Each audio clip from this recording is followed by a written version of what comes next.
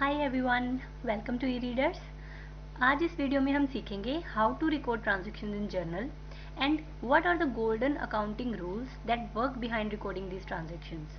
So without wasting the time, let's start today's topic. अभी तक हमने अकाउंटिंग को सिर्फ थ्योरेटिकल पॉइंट ऑफ व्यू से समझा था कि अकाउंटिंग क्या है। एक रिकॉर्ड मेकिंग प्रोसेस है जिसमें बिजनेस की ट्रांजैक्शंस को रिकॉर्ड किया जाता है। अब हम प्रैक्टिकल पॉइंट ऑफ व्यू से सीखेंगे कि कैसे हम एक्चुअल में इन ट्रांजैक्शंस को रिकॉर्ड करें। तो शुरू करते हैं। जब भी हम बिजनेस की ट्रांजैक्शंस को फर्स्ट टाइम रिकॉर्ड करेंगे, फर्स्ट टाइम रिकॉर्ड करने के लिए जो बुक्स ऑफ अकाउंट हम बनाएंगे उन्हें कहते हैं जर्नल। जर्नल ओरिजिनल एंट्रीज वाली बुक है जिसमें जैसे जैसे ट्रांजैक्शंस अकर होती जाएंगी उनको हम टाइमली रिकॉर्ड करते जाएंगे, यानी कि क्रोनोलॉजिकल बेसिस पे रिकॉर्ड करेंगे अकॉर्डिंग टू देयर अकरेंस। ये डेली बेसिस पे प्रिपेयर की जाती है, इसलिए हम इसे डे बुक भी बोलते हैं। और ये डबल एंट्री सिस्टम को फॉलो करती है, यानी कि डुअल एस्पेक्ट कंसेप्ट है। हमने कंसेप्ट वाले टॉपिक में भी पढ़ा था कि डुअल एस्पेक्ट मीन्स हर एंट्री के दो तरफ इफेक्ट्स होते हैं। कुछ चीज़ हम डेबिट करेंगे तो साथ में कुछ क्रेडिट भी हो रहा होगा। और लास्ट में जो भी ट्रांजैक्शन हमने रिकॉर्ड करनी है वो एक एंट्री की फॉर्म में होगी, जिसके बाद लास्ट में हम प्रॉपर एक नरेशन देंगे जो एंट्री को डिस्क्राइब कर रहा होगा। तो इसका एक प्रॉपर फॉर्मेट गिवन है। Here is the format. कैसे रिकॉर्ड करेंगे? जिस दिन भी ट्रांजैक्शन अकर हुई है वो डेट हम ये डेट वाले कॉलम में डालेंगे। डेट, मंथ, ईयर जो भी गिवन है वो यहाँ आएगा। अगर तीनों गिवन है तो आप तीनों भी डाल सकते हो। और नेक्स्ट हमारा होगा पर्टिकुलर। पर्टिकुलर में हम बताएंगे कि उस एंट्री में या उस ट्रांजैक्शन में कौन कौन से एस्पेक्ट्स इन्वॉल्व हैं। ये बहुत इंपॉर्टेंट कंसेप्ट है, आगे हम डिटेल में इसको पढ़ेंगे। इसमें हम अकाउंट्स स्पेसिफाई करते हैं कि एक पर्टिकुलर ट्रांजैक्शन में कौन कौन से अकाउंट्स इन्वॉल्व हैं। फिर उस अकाउंट को कैसे डेबिट करना है और कैसे क्रेडिट करना है, उनकी रिस्पेक्टिव अमाउंट डेबिट वाली डेबिट कॉलम में और क्रेडिट वाली क्रेडिट कॉलम में आएगी। यहाँ पे एक और कॉलम है, इसे बोलते हैं लेजर फोलियो। लेजर फोलियो का मतलब क्या है कि इस एंट्री को जब अकाउंट में पोस्ट किया जाएगा, जब हम आगे चल के अकाउंट बनाएंगे तो उस अकाउंट में ये वाली एंट्री किस पेज नंबर पर होगी, हम इस लेजर फोलियो में वो पेज नंबर लिखेंगे। तो जब भी कभी अकाउंटिंग एंट्री को क्रॉस चेक करने की बारी आएगी तो हम यहाँ से वो पेज नंबर देखेंगे कि ये अकाउंट में कहाँ पे पोस्ट की हुई है, तो डायरेक्टली उसी पेज नंबर पर हम पहुँच सकते हैं। सो बेसिकली ये क्रॉस चेक के लिए यूज होती है। लास्ट में हम यहाँ पे देंगे नरेशन। नरेशन एंट्री की एक ब्रीफ डिस्क्रिप्शन होगी जिसमें हमें एंट्री के बारे में पता चलेगा कि एक्चुअल में किस चीज़ से रिलेटेड ट्रांजेक्शन थी। तो ये प्रॉपर फॉर्मेट फॉलो करना है। सभी ट्रांजेक्शन इसी फॉर्मेट के अकॉर्डिंग हम पोस्ट करते जाएंगे एंट्रीज की फॉर्म में। अब ये एंट्रीज कैसे बनाएंगे, कैसे पता चलेगा कि क्या डेबिट करना है और क्या क्रेडिट करना है? इसके लिए भी हमें कुछ सेट ऑफ रूल्स प्रोवाइडेड है और कुछ स्टेप्स बने हुए हैं जिनको स्टेप बाय स्टेप जब हम फॉलो करेंगे तो हमारी एंट्री अपने आप कंप्लीट होती जाएगी। तो here is the first step, that is identification of major accounts involve. जो भी ट्रांजेक्शन बिजनेस से रिलेटेड हमें गिवन होगी, हमें सबसे पहले उसमें पहचानना होगा कि कौन कौन से उसमें मेजर अकाउंट्स इन्वॉल्व हैं। अकाउंट क्या है? जैसे बिजनेस में बहुत सारी ट्रांजेक्शन्स होती हैं, एक दिन में ही आप कह सकते हो कि बहुत कुछ हम सेल करेंगे, परचेज करेंगे, कैश आएगा जाएगा, ऐसी बहुत सारी ट्रांजेक्शन्स होती हैं। तो हमें सिमिलर नेचर वाली ट्रांजेक्शन्स को एक पर्टिकुलर हेड में डालते जाना है। जैसे जितनी परचेज वाली ट्रांजेक्शन्स होंगी उन्हें हम परचेज वाले हेड में डालेंगे, सेल्स वाली सेल्स वाले हेड में, कैपिटल से रिलेटेड कैपिटल वाले हेड में, और कैश से रिलेटेड जितनी ट्रांजेक्शन है कैश वाले हेड में। ऐसे ही बहुत सारे हम डिफरेंट हेड्स ऐसे अलग से क्लासीफाई करेंगे। तो पर्पस क्या है इसका? एक्चुअल में हमें इनका उस हेड पर्टिकुलर हेड के अंदर एक अकाउंट बनेगा। जैसे परचेज का हम अलग से अगर अकाउंट बनाएं तो उसमें परचेज वाली सारी ट्रांजेक्शन्स रिकॉर्ड हो जाएंगी, सेल वाली अलग से सेल वाले अकाउंट में आ जाएगी। ऐसे ही बिजनेस में कितना कैश आया वो हम कैश अकाउंट में ऐड करते जाएंगे, और जितना कैश बिजनेस से आउटफ्लो होगा वो हम इसमें से डिडक्ट करते जाएंगे। तो पर्पस क्या है इसका कि जो भी ट्रांजेक्शन है वो सिमिलर वाली उस पर्टिकुलर अकाउंट में ही ट्रीट की जाएंगी, तो उनका नेट इफेक्ट हमें टाइम टू टाइम पता चलता जाएगा। तो ये हमारी रिकॉर्डिंग का फर्स्ट स्टेप होगा कि हमें ट्रांजैक्शन में पहचानना है कि कौन कौन से मेजर हेड इन्वॉल्व हैं और उन्हीं के नेम पे हम उनका सेपरेट अकाउंट बनाएंगे। जैसे एग्जांपल से समझते हैं, ये एक एग्जांपल दी है, sold goods worth ₹3000 for cash. Sold means कि हमने कुछ सेल किया है। सेल किया है तो एक तो हमारा सेल वाला हेड बन जाएगा, यानी कि हम सेल अकाउंट बनाएंगे। और दूसरा यहाँ पे एक मेजर हेड इन्वॉल्व है कैश, यानी कि बिजनेस में कुछ कैश आएगा, सेल की है तो कैश आएगा, यानी कि हम जितना कैश आया है वो कैश वाले कॉलम में ऐड कर सकते हैं। तो हम कैश का एक अलग से अकाउंट बना लेंगे। ऐसे ही हमें हर एंट्री में पहचानना पड़ेगा कि उस एंट्री में कौन कौन से या उस ट्रांजैक्शन में कौन कौन से मेजर हेड्स इन्वॉल्व हैं जिनके नेम पे हम अकाउंट क्रिएट करेंगे। अब अकाउंट बनाने के बाद हमें उनका नेचर पहचानना होगा कि वो पर्टिकुलर अकाउंट किस टाइप का है, पर्सनल अकाउंट है या फिर रियल अकाउंट है या फिर नॉमिनल अकाउंट है, क्योंकि जो भी रूल्स आगे हम एंट्री पोस्ट करने के लिए लगाएंगे वो इसी क्लासिफिकेशन के अकॉर्डिंग होंगे। हर अकाउंट का पर्सनल एक अलग से रूल होगा। जैसे पर्सनल अकाउंट है तो इसके अलग से नेक्स्ट में देख ही लेते हैं। हमारा थर्ड स्टेप है अप्लाई देयर रिस्पेक्टिव रूल। जब हम अकाउंट को पहचानने के बाद उसकी क्लासिफिकेशन करेंगे कि कोई अकाउंट कब पर्सनल अकाउंट है या कौन सा अकाउंट रियल अकाउंट है या कौन सा अकाउंट नॉमिनल अकाउंट है, उसे पहचानने के बाद ही हम उसके रूल उस पर अप्लाई करके उसको रिकॉर्ड कर सकते हैं। जैसे लास्ट वाली जो एग्जांपल हमने की थी उसमें 2 अकाउंट्स इन्वॉल्व थे, एक था सेल का और दूसरा था कैश का। सेल वाला, अब हमारी सेल की है तो मतलब यानी कि बिजनेस में इनकम हुई है, इनकम्स हमारी यहाँ पे इस कॉलम में आ रही है, यानी कि वो हमारा नॉमिनल अकाउंट था। तो ऐसे हमें पहचानना होगा, फिर हम उससे रिलेटेड नॉमिनल वाला रूल अप्लाई करेंगे। अब पहचानेंगे कैसे? सबसे इम्पोर्टेंट कंसेप्ट यही है कि हमें एक्चुअल में उस अकाउंट के नेचर को पहचानना कैसे है, तभी हम रूल अप्लाई कर पाएंगे। तो इसकी भी प्रोसेस है जो हम सीखेंगे और साथ ही साथ इनके रूल भी अप्लाई करना सीख जाएंगे ताकि हम साथ में एंट्री पोस्ट करना लास्ट में ईजी हो जाए। So here's the different type of accounts. First one is personal account. कोई अकाउंट पर्सनल अकाउंट कब कंसीडर किया जाएगा?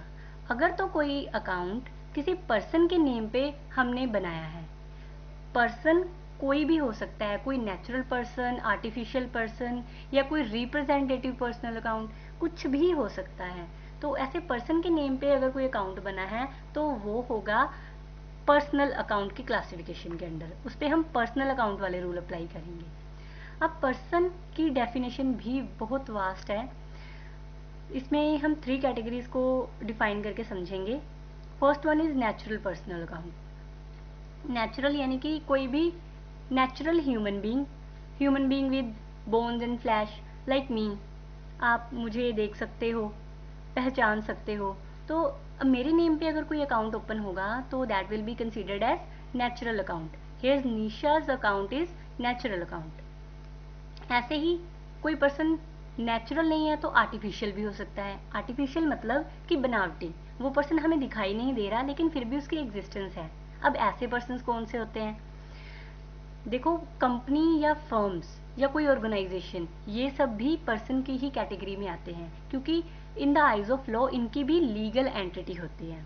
तो हम कंपनी के साथ डील कर सकते हैं, कंपनी हमारे साथ किसी भी तरह की ट्रांजेक्शन में एंटर हो सकती है अपने नेम पर। तो ऐसे कंपनी के साथ जब हम ट्रांजेक्शन्स करेंगे तो उस केस में कंपनी के नेम पे अकाउंट बनेगा, या फिर अगर फर्म है तो फर्म के नेम पे बनेगा, कोई ऑर्गेनाइजेशन है तो उसके नेम पे बनेगा। ऐसे पर्सन्स भी आर्टिफिशियल पर्सन्स कहलाते हैं। इसी तरह कोई अकाउंट, अगर कई बार हम स्पेसिफिक नेचर के कुछ अकाउंट्स ओपन कर देते हैं जो कि एक डिफरेंट टाइप्स के या सिमिलर नेचर के जितने भी ट्रांजेक्शन्स हैं उनको रिप्रेजेंट करता है। एग्जाम्पल से इसको समझ के देखते हैं। जैसे कि सैलरी वैसे तो हम पर्टिकुलर एक एम्प्लॉय को पे करते हैं, हर एक एम्प्लॉय के अकाउंट में उसकी सैलरी पेएबल है। लेकिन सपोज बिजनेस ने अभी सैलरी इस मंथ की पे नहीं की, एक अलग से अकाउंट ओपन कर दिया, सैलरी पेएबल अकाउंट। तो जितने भी एम्प्लॉय है, एम्प्लॉय 1, एम्प्लॉय 2, सभी की जितनी भी सैलरी हमने देनी है वो उस अकाउंट में हम रिकॉर्ड करते जा रहे हैं। तो लास्ट में जो हमें ग्रैंड टोटल मिला उससे हमें क्या शो होगा कि हमें नेट इतनी सैलरी अभी पे करनी है, यानी कि वो सभी एम्प्लॉइज के जो भी ड्यूज हैं उनको रिप्रेजेंट कर रहा है। तो ऐसे अकाउंट रिप्रेजेंटेटिव पर्सनल अकाउंट की कैटेगरी में आते हैं, क्योंकि वो एक पर्टिकुलर टाइप ऑफ ट्रांजेक्शन के ग्रुप को रिप्रेजेंट कर रहे होंगे। तो ऐसे हम डिफरेंट क्लासिफिकेशन पर्सन की देख सकते हैं। बट जो हमारा मेजर टॉपिक होगा कि कोई अकाउंट कब पर्सनल अकाउंट है, वो पहचान के हम उस पर पर्सनल वाले रूल अप्लाई करेंगे। अब एक पर्सन के नेम पे हमने अकाउंट बना दिया, चाहे वो आर्टिफिशियल है या नेचुरल है या फिर रिप्रेजेंटेटिव है, कोई भी हो, हमने अकाउंट बना दिया।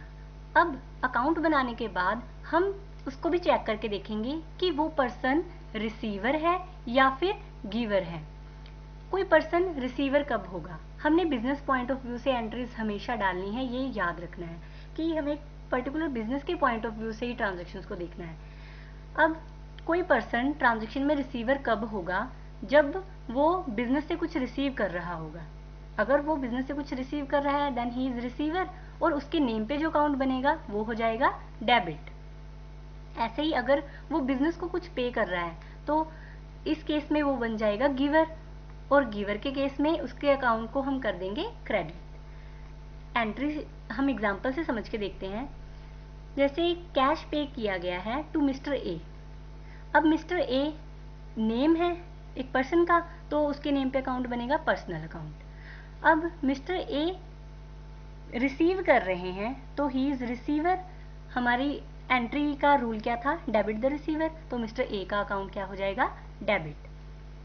इसी तरह अगर मिस्टर ए बिजनेस को कुछ पे कर रहे होते या फिर बिजनेस मिस्टर ए से कुछ रिसीव कर रहा होता, कैसे भी आपको घुमा के दे सकते हैं, वो आपको समझना होगा कि वो रिसीवर है या गिवर। अगर तो वो बिजनेस को कुछ पे कर रहे हैं तो वो बन जाएंगे गिवर। इस केस में मिस्टर ए का अकाउंट क्या हो जाएगा, क्रेडिट, क्योंकि हमारा रूल क्या है, debit the receiver, credit the giver. So I hope this is clear. Next one is real account.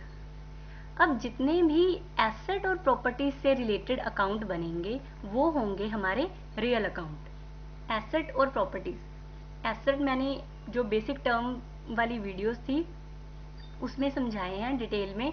अगर आपने वो वीडियो नहीं देखी है तो प्लीज़ आप उसे ज़रूर से देखें, डिस्क्रिप्शन बॉक्स में मैंने लिंक दे दिया है। एसेट कोई भी हो सकते हैं, फॉर एग्जांपल मशीनरी, फर्नीचर या कंप्यूटर, मोटर व्हीकल। ये टेंजिबल, बेसिकली ये टेंजिबल और इनटेंजिबल होंगे। टेंजिबल और इनटेंजिबल भी उस वीडियो में मैंने अच्छे से समझाए हैं, आप वहाँ से चेक करना। तो एसेट्स के नेम पे जो भी अकाउंट बनेंगे वो हमारे होंगे रियल अकाउंट। इस केस में हम चेक करके देखेंगे कि क्या वो एसेट बिजनेस में आ रहा है, यानी कि हम रूल अप्लाई करेंगे तो चेक करेंगे what is coming into business. जो बिजनेस में चीज आएगी, जो एसेट बिजनेस में आएगा वो हो जाएगा डेबिट, और जो बिजनेस से आउटफ्लो होगा यानी कि बिजनेस से बाहर जाएगा वो हो जाएगा credit. For example machinery purchase की है, अब बिजनेस में मशीनरी आएगी तो मशीनरी का अकाउंट हमने बनाया और वो अकाउंट हो जाएगा डेबिट, क्योंकि डेबिट व्हाट कम्स इन, ये हमारा रूल है रियल अकाउंट के केस में। अगर यही मशीनरी हम सेल कर रहे होते तो बिजनेस से मशीनरी का आउटफ्लो होगा, बिजनेस से मशीनरी बाहर जा रही है, तो here machinery account will be credited, क्योंकि हमारा रूल है debit what comes in, credit what goes out.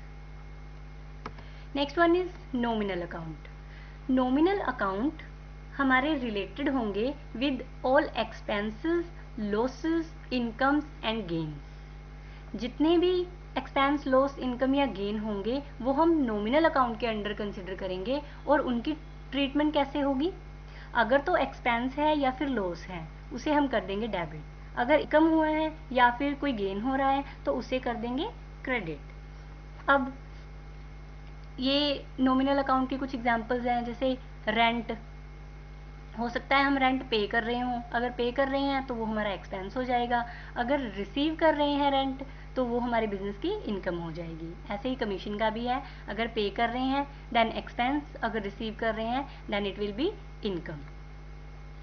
हमें रेंट ऐसे नॉमिनल अकाउंट को पहचानने के बाद उनके रूल्स को अप्लाई करके देखना है। जैसे अगर रेंट पे हो रहा है तो रेंट यहाँ पे हो जाएगा डेबिट, क्योंकि debit all expenses and losses. और अगर रिसीव करते हैं तो ये हो जाती income and here it will be credited because our rule is debit all expenses and losses and credit all income and gain. तो ये सारे रूल्स थे, ये आपको अच्छी तरह से प्रैक्टिस करने हैं, क्योंकि जब तक ये रूल्स आपके माइंड में अच्छे से फिट नहीं हो जाते आप एंट्रीज पोस्ट नहीं कर पाओगे।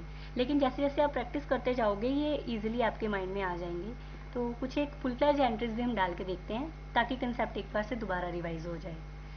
यहाँ पे हमारी फर्स्ट एग्जाम्पल है sold goods worth ₹20,000 for cash. तो हमारा पहला स्टेप क्या था, हमें चेक करना है कि कौन कौन से मेजर अकाउंट्स इन्वॉल्व हैं। इसमें सोल्ड लिखा है यानी कि यहाँ पे सेल हुई है, तो एक सेल का अकाउंट बन जाएगा। और कैश बेसिस पे यानी कि कैश का इनफ्लो आउटफ्लो कुछ देखना पड़ेगा हमें, तो एक अकाउंट कैश का बन जाएगा। अब सेल हमारी इनकम है, इनकम हमारी किस नेचर वाले अकाउंट में आती है, नॉमिनल वाले में। तो नॉमिनल का रूल क्या था, credit all income and gain. तो हम सेल अकाउंट को करेंगे क्रेडिट क्योंकि इसका नेचर क्या है, नॉमिनल अकाउंट। और दूसरा अकाउंट था हमारा कैश, सेल की थी तो बिजनेस में कैश इनफ्लो हो रहा है, बिजनेस में कैश आ रहा है, then debit what comes in, क्योंकि ये हमारा रियल अकाउंट है। तो हमारी एंट्री क्या बन जाएगी, cash account debit to sales account. और लास्ट में हम इसका नरेशन दे देंगे being goods sold for cash, कि हमने कैश बेसिस पे गुड्स को सेल किया है। तो यहाँ नरेशन से हमें एंट्री के बारे में पता चल जाएगा। और जो भी डेट्स मेंशन होंगी वो आप यहाँ पे डेट वाले कॉलम में मेंशन करोगे। और जो डेबिट वाली अमाउंट है वहाँ पे देखो कैश हमारे पास 20,000 आ रहा था, तो डेबिट के कॉलम में हमने 20,000 डाल दिया। सेल हमने कितने की थी, 20,000 की ही, क्रेडिट के कॉलम में भी हमने 20,000 डाल दिया। एक चीज़ यहाँ पे ध्यान रखने वाली है कि जब भी हम कोई एंट्री पास आउट करेंगे तो उसके डेबिट का टोटल और क्रेडिट का टोटल सेम होगा, तभी वो एंट्री कंप्लीट होगी, अदरवाइज उसमें कुछ मिसिंग होगा। तो नेक्स्ट एग्जांपल देखते हैं। परचेज किया है हमने फर्नीचर फॉर कैश ₹10,000। 10,000 का हमने फर्नीचर परचेज किया है, तो हमारा यहाँ पे मेजर अकाउंट क्या बन गया, फर्नीचर का, क्योंकि फर्नीचर से रिलेटेड जितनी ट्रांजेक्शन्स होंगी वो हम फर्नीचर अकाउंट में मतलब शो करते जाएंगे, चाहे वो फर्नीचर परचेज करें आगे इन फ्यूचर तो इसी में ऐड होता जाएगा, अगर सेल आउट करेंगे तो इसमें से डिडक्ट होता जाएगा। तो एक अकाउंट तो हो गया हमारा फर्नीचर अकाउंट। दूसरा हमारा यहाँ पे कैश इन्वॉल्व है, अगेन कैश हमारा रियल अकाउंट है। तो हम चेक करेंगे, सेकंड स्टेप हमारा क्या था कि हमने इनका नेचर चेक करना है। फर्नीचर हमारा एसेट है यानी कि फर्नीचर हमारा क्या हो जाएगा, रियल अकाउंट। और कैश भी हमारा रियल अकाउंट है क्योंकि हमने इसका इनफ्लो या आउटफ्लो चेक करना है। तो बेसिकली हम यहाँ पे क्या कर रहे हैं, debit what comes in, credit what goes out. Business में आया क्या, नया फर्नीचर खरीदा था, वो एसेट आ रहा है तो फर्नीचर अकाउंट डेबिट। कितनी अमाउंट थी उसकी, 10,000 की, तो 10,000 डेबिट वाले कॉलम में आ गए। और हमने पे क्या किया उसके बदले में, कैश, तो credit what goes out. Cash हमारा बिजनेस से जा रहा है तो उसको हम क्रेडिट कर देंगे टू कैश अकाउंट। और उसकी अमाउंट कितनी है, 10,000। डेबिट क्रेडिट दोनों का टोटल सेम आ रहा है, तो लास्ट में हम नरेशन दे देंगे being furniture purchase for cash, कि हमने फर्नीचर परचेज किया है कैश बेसिस पे। तो यही रूल्स आप सभी एंट्रीज पे अप्लाई करोगे। पहले चेक करोगे कि कौन से हेड इन्वॉल्व हैं और उसके बाद उनका नेचर पहचानोगे। पर्टिकुलर नेचर पहचानने के बाद उसी के रूल्स को हम अप्लाई करेंगे और डेबिट क्रेडिट में अमाउंट्स और अपने जो भी पर्टिकुलर्स हैं वो फिट करेंगे और लास्ट में नरेशन देके एंट्री को कंप्लीट कर लेंगे। आई होप कि आपको ये कंसेप्ट अच्छे से समझ आ गया है। अब नेक्स्ट वीडियो में हम कुछ इसी से रिलेटेड प्रैक्टिस क्वेश्चंस करेंगे ताकि जैसे जैसे प्रैक्टिस करते जाएंगे रूल्स भी हमारे माइंड में अच्छी तरह से बैठ जाएंगे और हमें आगे अकाउंट बनाने में भी फिर इजी हो जाएगा। So till then you just need to do that कि इस वीडियो को आप अच्छे से दोबारा देखें, रूल्स को अच्छे से समझें, स्टेप्स को अच्छे से क्लियर करें ताकि आगे वाली वीडियो में आपको आसानी रहे एंट्रीज साथ साथ पोस्ट करने में। और नेक्स्ट वीडियो के लिए आप चैनल को जरूर से सब्सक्राइब करें और बेल आइकन को भी जरूर प्रेस करें ताकि जैसे ही नेक्स्ट वाली वीडियो आए आपको इमीडिएट नोटिफिकेशन मिल जाए। और वीडियो को अपने फ्रेंड्स के साथ शेयर भी ज़रूर करें। Till then, stay home, stay safe. Thank you.